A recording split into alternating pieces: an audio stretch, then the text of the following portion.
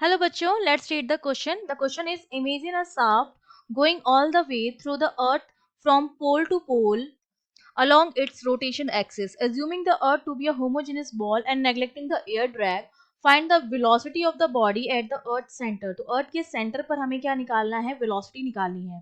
ठीक है, तो देखिए इस क्वेश्चन को सॉल्व करने के लिए हमारा जो की कॉन्सेप्ट रहेगा वो हमारा क्या रहेगा.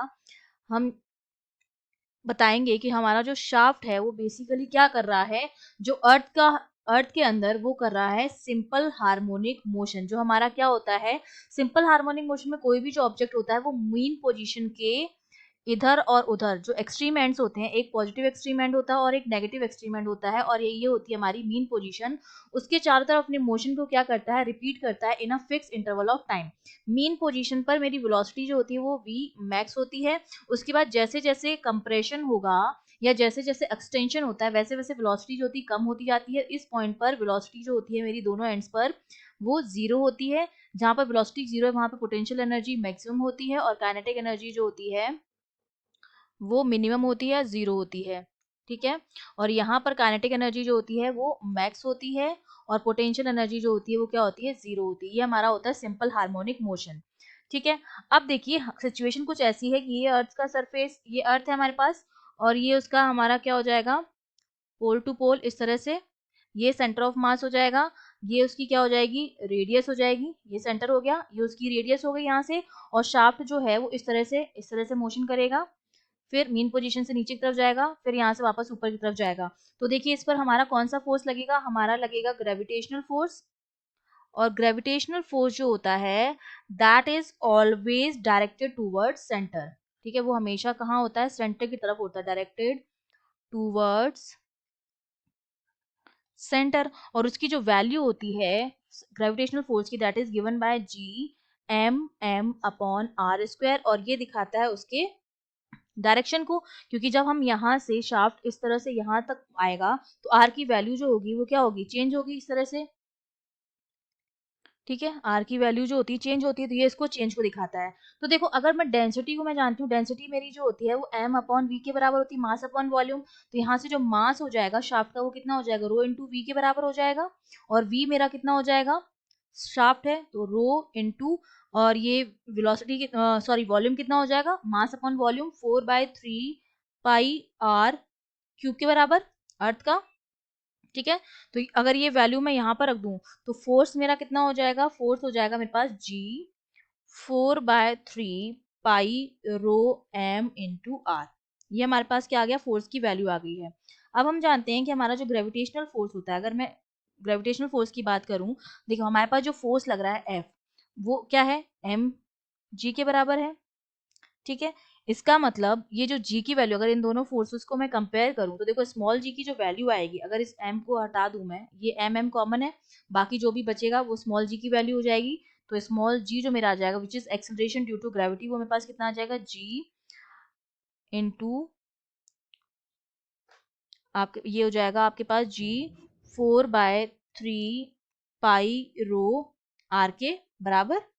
ठीक है, ये r जो है इस कंडीशन में उसके अर्थ के रेडियस के बराबर r हो गया. तो अब अगर मैं फोर्स निकालूं F, तो मेरा F जो आएगा, अब देखो सिंपल हार्मोनिक मोशन हो रहा है और सिंपल हार्मोनिक मोशन के केस में देखो ये ऑब्जेक्ट जब ऊपर की तरफ जाएगा, ये जब यहाँ से नीचे की तरफ आ रहा है लेकिन फोर्स सेंटर की तरफ ही लगेगा, तो डिस्प्लेसमेंट हो रहा है नीचे की तरफ, फोर्स लग रहा है ऊपर की तरफ, दोनों एक दूसरे के अपोजिट डायरेक्शन में है. और सिंपल हार्मोनिक मोशन में भी यही होता है कि जो फोर्स होता है वो डिस्प्लेसमेंट के प्रोपोर्शनल होता है विद द नेगेटिव साइन. तो जब ये प्रोपोर्शनल हटाते हैं वो आता है माइनस के एक्स. ठीक है, तो ये वाला जो फोर्स आएगा उसमें भी हमारा क्या लगेगा, माइनस का साइन लगेगा, which is equal to M G R cap upon R. ये हमारे पास क्या आ गई है, फोर्स की वैल्यू आ गई है. ठीक है, और हम न्यूटन के सेकंड लॉ से जानते हैं कि जो फोर्स होता है मेरा वो एम ए के बराबर होता है. तो M A equals to minus M G R upon R. तो यहाँ से ए की वैल्यू आ जाएगी हमारे पास, एम से एम कैंसिल हो जाएगा, ए मेरे पास कितना आ गया, minus M G R upon R. अगर ये सिंपल हार्मोनिक मोशन है तो ये इक्वेशन मेरी क्या बन जाएगी, अगर यहाँ से देखें तो इक्वेशन हो जाएगी M A plus M G upon R. इसको मैं x लिख सकती हूँ जो डिस्टेंस है, इक्वल्स टू 0, जो कि हमारी सिंपल हार्मोनिक मोशन की इक्वेशन है. ठीक है, ये हमने बता दिया कि हमारा क्या हो रहा है, सिंपल हार्मोनिक मोशन आ रहा है. तो यहाँ से मेरे पास a की जो वैल्यू आ जाएगी वो हमारे पास कितनी आ जाएगी, m से m तो कैंसिल हो जाएगा, ये इसकी वैल्यू में ए एम नहीं आएगा, ये इसकी जो वैल्यू आ जाएगी हमारे पास ए की, वो जाएगी जी आर बाय आर। और हम जानते हैं कि ये बेसिकली क्या होता है, ये ए जो होता है simple R minus omega square X के बराबर होता है। अगर इन दोनों को मैं कंपेयर करूं, ठीक है, तो ओमेगा स्क्वायर की जो वैल्यू आ जाएगी हमारे पास वो कितनी आ जाएगी, ओमेगा स्क्वायर जो आ जाएगा मेरा वो जी अपॉन आर के बराबर आ गया। और हम जानते हैं हमें क्या निकालना, अगर मैं टाइम पीरियड निकालना चाहूँ तो टाइम पीरियड मेरा कितना हो जाएगा, टी बाई टू के बराबर होता है, और टी जो मेरा होता है वो टू पाई बाई ओमेगा होता है। टू पाई बाई ओमेगा तो हो जाएगा टू पाई बाई, और ये अंडर रूट में आपके पास चला जाएगा अंडर रूट, क्योंकि ये ओमेगा स्क्वायर की वैल्यू तो ओमेगा केवल under root G upon R होगी, तो under root R upon G, ये टाइम पीरियड आ गया हमारे पास। ठीक है, हमें जो टाइम निकालना है वो है टी बाई टू टाइम लग रहा है, तो टी आ जाएगा आपके पास टी बाई टू, ये आ जाएगा pi under root R upon G. सारी वैल्यूज अगर पुट कर दूं मैं यहाँ पर, पाई की वैल्यू 22/7, आर जो होता है अर्थ की रेडियस 6400 किलोमीटर, और जी आपका होता है 10, तो ये टी जो आता है मेरे पास 42 मिनट जो है वो आता है।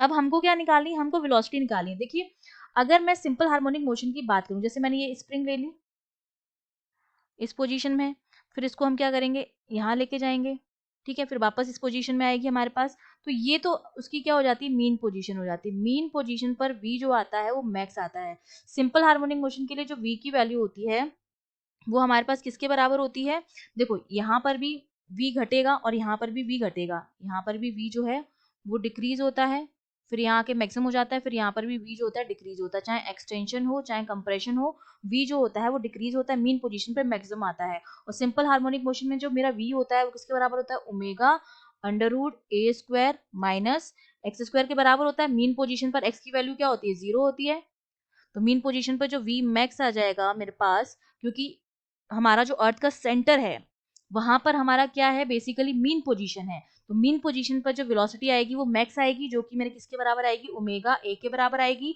और ए जो होता है वो मेरा मैक्सिमम डिस्प्लेसमेंट होता है, और इस केस में अर्थ के केस में ये जो मैक्सिमम डिस्प्लेसमेंट होगा मीन पोजीशन पर वो किसके बराबर है, इसकी रेडियस के बराबर है।